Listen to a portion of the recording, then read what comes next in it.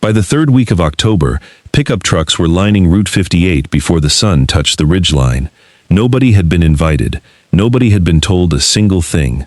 But word had escaped, the way it always does in a small Virginia county, where everybody knows everything about everybody. Except this time, nobody knew the one detail they all desperately wanted. What was growing on Emmett Callaway's 40 acres? A soil consultant from Blacksburg had driven 2 hours just to walk the fields. A buyer from a Charlotte specialty food company had shown up at Emmett's door with a checkbook, been refused twice, and returned a third time. Wade Drummond, who owned 400 acres across Meadow Creek and hadn't spoken to Emmett in 6 years, was suddenly leaning on fence posts, squinting across the property line. Farmers from across Grayson County were leaving notes in his mailbox. People with no connection to farming were asking at the hardware store in Independence what Callaway was growing. 3 mysteries hung over that farm like morning fog over the Blue Ridge. Why was everyone suddenly obsessed with those fields? What had he planted on land that most people said couldn't grow anything worth harvesting? And why, through all of it, did Emmett Callaway refuse to say a single word? If you believe patience and knowledge can turn dismissed land into something extraordinary, subscribe and join our farming community. Drop your state or country in the comments. We love seeing where our viewers are watching from. Your region might be featured in a future story. Emmett Callaway was 59 years old and had spent most of those years making careful, quiet decisions that the people around him rarely understood until it was too late to copy him. He grew up in Floyd County, Virginia, the youngest child of a tobacco farmer who died owing more to the bank than his land was worth. He swore he'd never follow that road. He spent 20 years as a soil technician for the Virginia Cooperative Extension before a knee injury pushed him toward a different chapter. At 57, with modest savings, a small pension, and a stubbornness his daughter Clara called almost impressive, he bought 40 acres in Grayson County for $180,000. His neighbors thought he'd overpaid for a problem. They'd later admit they were wrong about both. If you've never stood on a Grayson County hillside in early September, you can't quite picture what Emmett saw each morning. The fog comes in low and slow, following the creek bed before spreading across the pastures like something alive.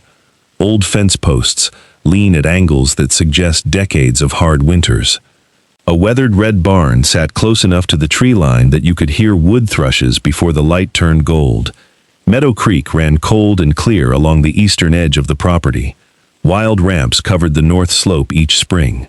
By summer, the air smelled like warm soil baking in the afternoon heat. Emmett was always the first person awake on that road. Before the nearest neighbor's porch light came on, he was already out there, coffee thermos in one hand, soil probe in the other, watching something the rest of them couldn't see yet. Those 40 acres had been farmed hard and abandoned harder. The previous owner had run cattle on it for 30 years, without rotating pasture, without cover crops, without so much as a soil test.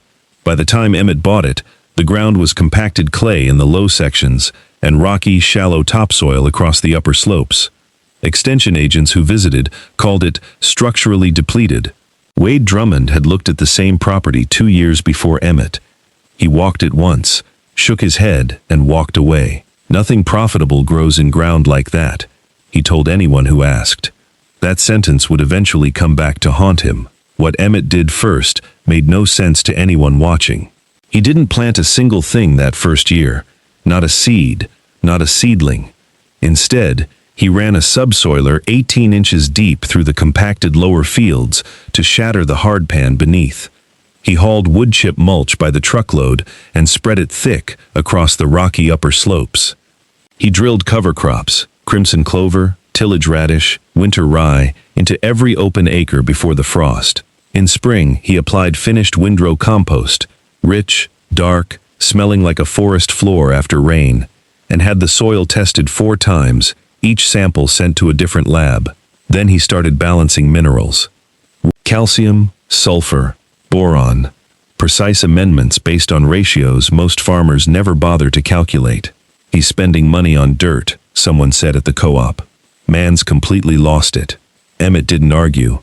He just kept working before sunrise. The questions started piling up by the second summer. A woman from the Virginia Cooperative Extension visited twice in 1 month, cutting soil profiles and photographing root structure. She looked genuinely surprised by what she found. Then the boxes arrived.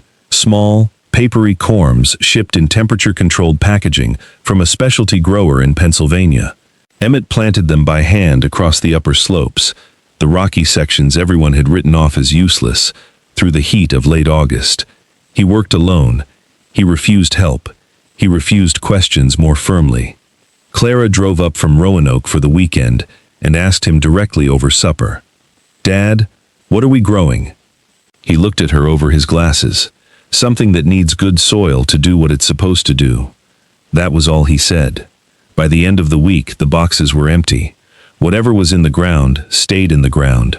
What Emmett understood, and most people around him didn't, was that soil is not simply dirt. Healthy soil is a living system.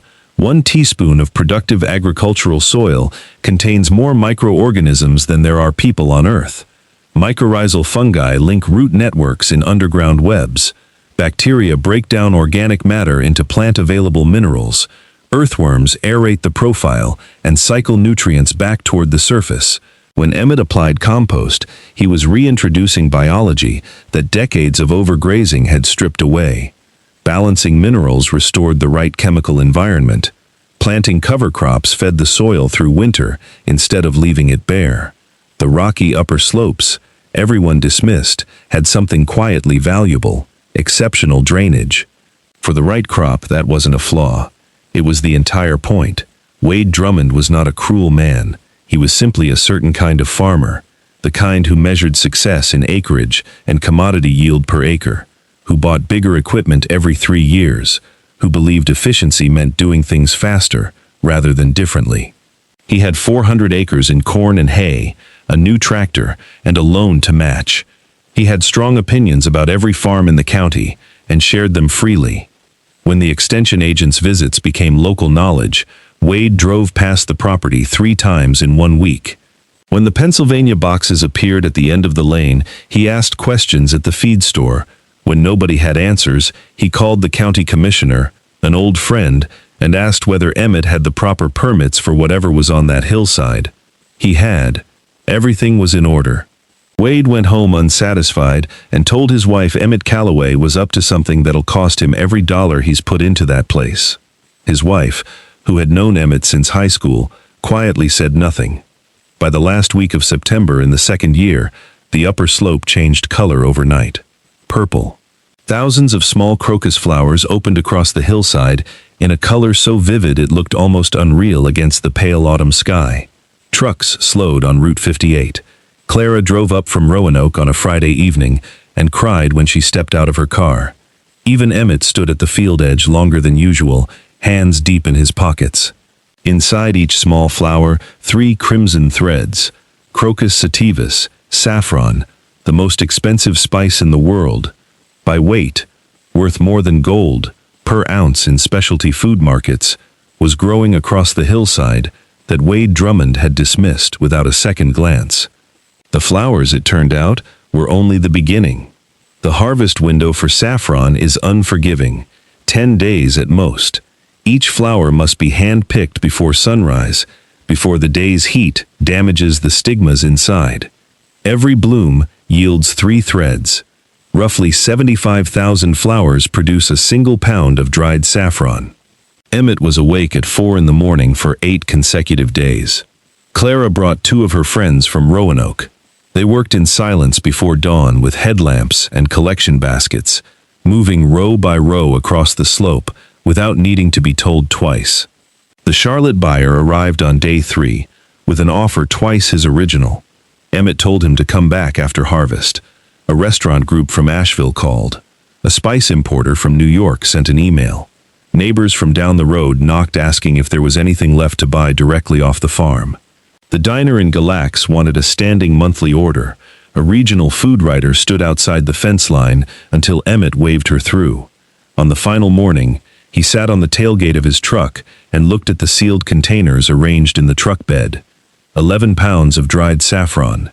At current specialty market prices, between $5,000 and $10,000 per pound for domestic, traceable, high-quality American-grown saffron. What sat in those containers exceeded his original purchase price for the entire property, in a single harvest.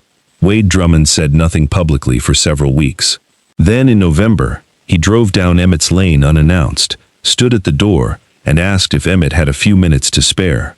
They sat on the porch for over an hour. Emmett didn't gloat. He never had. He answered every question, walked through the soil preparation, and explained the years of quiet market research he'd done before ever signing a deed. The county commissioner called about featuring the farm in an agricultural development report. Clara began making plans to come home and expand the operation. Emmett was already preparing a second plot.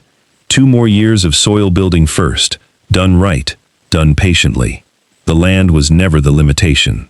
The knowledge was. The real story of Emmett Callaway's 40 acres isn't about saffron.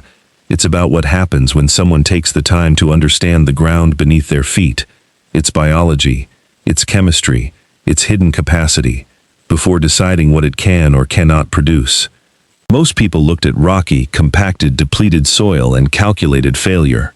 Emmett looked at the same ground and saw a system waiting to be restored. Writer and farmer Wendell Berry once wrote, "The soil is the great connector of lives, the source and destination of all." Emmett didn't just grow a spice. He restored a living system, and when the conditions were finally right, the land gave back everything he had invested in it, and then some. The question worth asking isn't what the land will produce right now, it's what it could produce if someone finally treated it the way it deserved.